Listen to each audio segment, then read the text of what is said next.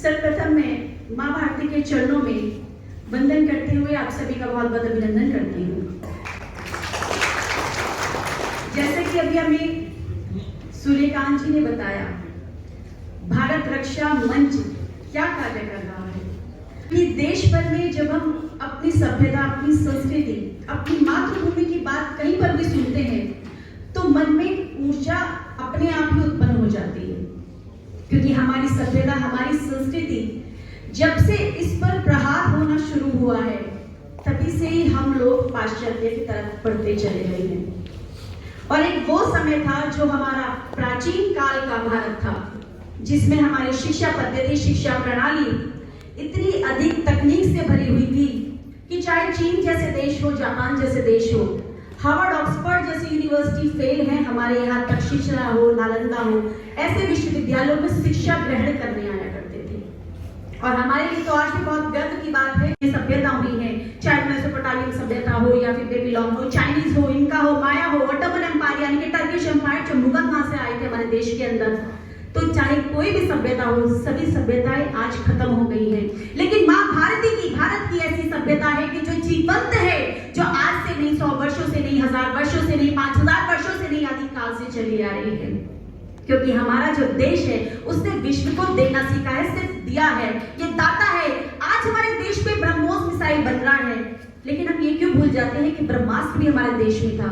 तो इसका मतलब वो जो हमारे देश के अंदर था, जो फॉर्मूला हमारे देश के अंदर हमारे पूर्वजों ने, हमारे जो ऋषि थे, जो मंत्र दृष्टा थे, उन्होंने जो फॉर्मूले देखे, वो सभी ज्ञान हमारे पास था।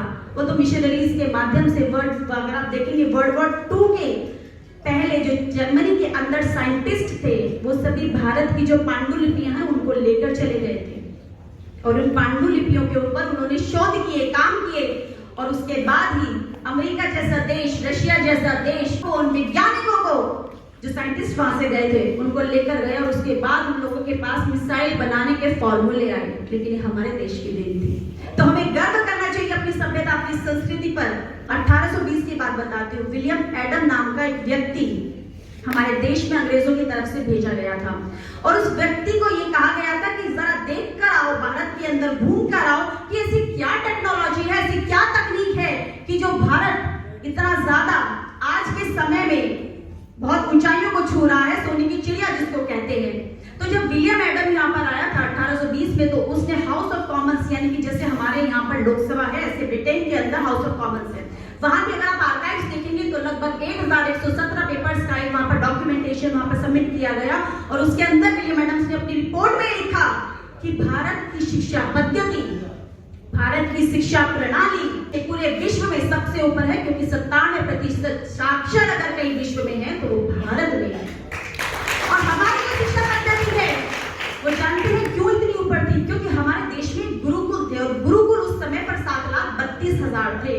गुरुकुल में सिर्फ ये नहीं कि हमें पूजा पाठ सिखाया जाता था, गुरुकुल में सिर्फ ये नहीं कि वेद सिखाया जाता था, वहां पर पढ़ाई जाती थी हमें एस्ट्रोफिजिक्स, वहां पर पढ़ाई जाता था हमें एस्ट्रोनॉमी, वहां पर पढ़ाई जाती थी फिजिक्स, केमिस्ट्री, मैथ्स, मेडिसिन, वहां पर पढ़ाई जाती थी इंजीनियरिंग, डॉक्टरेट कराई जाती थी।